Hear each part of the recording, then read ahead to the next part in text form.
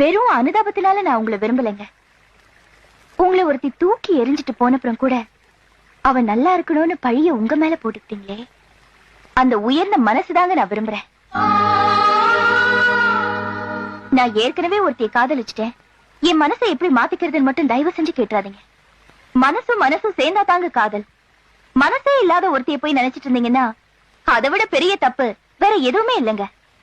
இல்லைங்க, எப்ப ஆடு மாடு மாதிரி தான் உங்ககிட்டயும் பழகினேன்னு சொன்னாலும் அப்பயே அவன் என் மனசை விட்டு போயிட்டான்.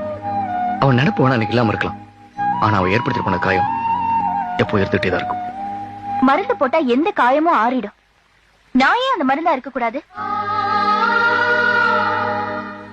அன்னைக்கு கௌரி மேல நீங்க உயிரியே வச்சிருந்தீங்க. உங்க அன்பை புரிஞ்சுக்காம அவ உங்களை வேண்டான்னு சொல்லிட்டு போயிட்டா.